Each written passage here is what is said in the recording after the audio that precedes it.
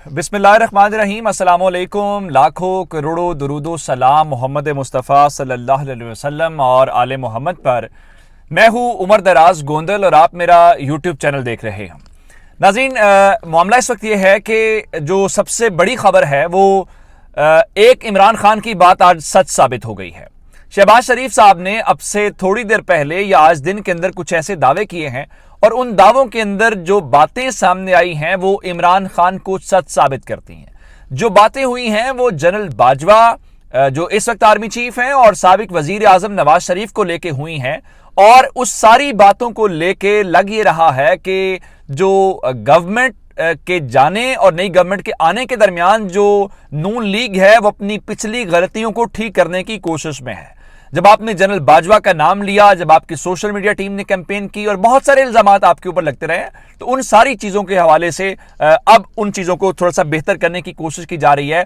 और जनरल बाजवा नवाज शरीफ के बारे में क्या तासुरात रखते हैं, इससे हटके जनरल बाजवा की जब भी नवाज शरीफ से मुलाकात हुई या फौज का कोई मैटर सामने आया तो नवाज शरीफ ने उस मामले पर क्या कहा, इस हवाले से भी कुछ चीजें हमारे सामने आई हैं जो मैं आपके सामने रखना चाहता हूं। दूसरे नंबर के ऊपर चल के जो ब्रॉडशीट है उस हवाले से मैं बातचीत करना चाहता हूं। ब्रॉडशीट के मामले के ऊपर शरीफ खानदान से मुआफी मांगी गई है और ब्रॉडशीट की इस मुआफी के बाद एक पूरे का पूरा जो सहाफियों का हल्का है, जो ट्विटर के ऊपर, सोशल मीडिया के ऊपर, इलेक्ट्रॉनिक मीडिया के ऊपर एक बाकायदा कैंपेन चलाई जा रही है जिसके ऊपर बहुत सारी बातें हैं जिसका जवाब दिया जा सकता है। ये दूसरे नंबर के ऊपर बात करूंगा। तीसरे नंबर के ऊपर चल के मैंने आपको बताया था कि आज MKM और मौलाना फजलुर रहमान की मुलाकात हुई है।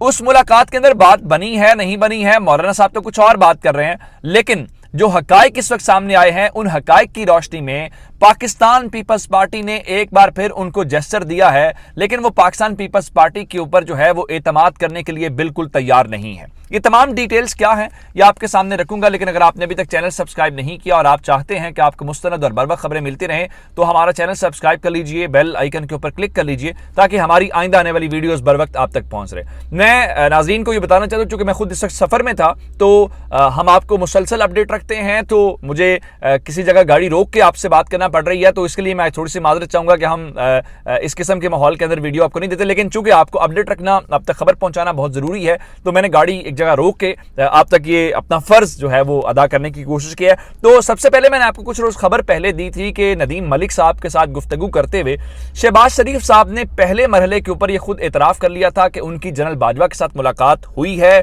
मैंने आपको बताया था कि मुलाकात के मुतालिक ये किसी को मालूम नहीं है क्योंकि ISPR ने इस सिलसिले में कोई एलामिया जारी नहीं किया। अगर मुलाकात हुई है तो कोई 1-on-1 मुलाकात हुई है या ये मुलाकात किसी निशिस्त के जगह पे हुई है, कोई और मीटिंग थी। तो आज और उन्होंने खुद कहा जी बड़ी प्रोडक्टिव मीटिंग्स हुई हैं, बड़ी पॉजिटिव बातचीत हुई है। आज इमरान खान की बात कैसे सच साबित हुई है ये भी मैं अभी जनरल बाजवा के हवाले से जो शहबाज शरीफ ने दावे किए उसके ऊपर बाद में बात करूंगा।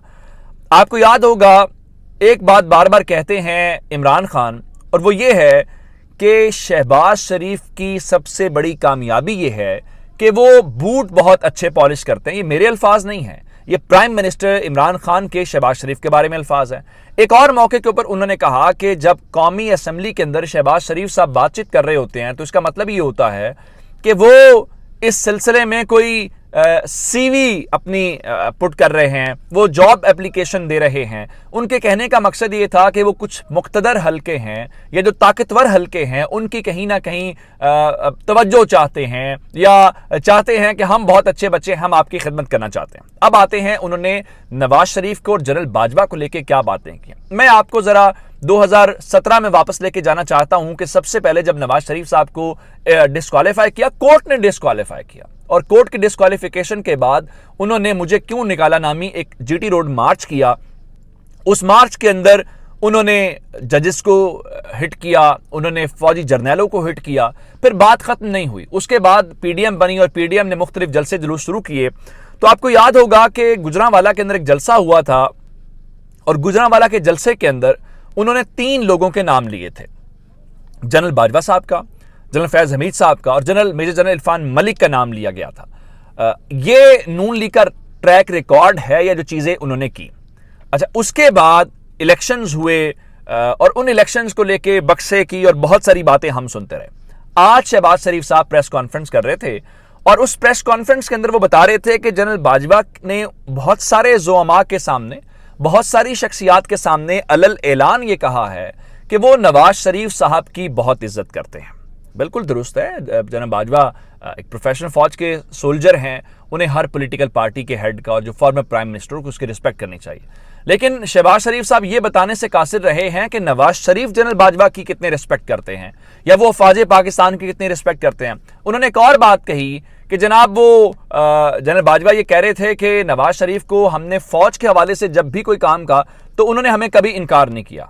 ऐसा ही होगा, इस बात में कोई शक नहीं है।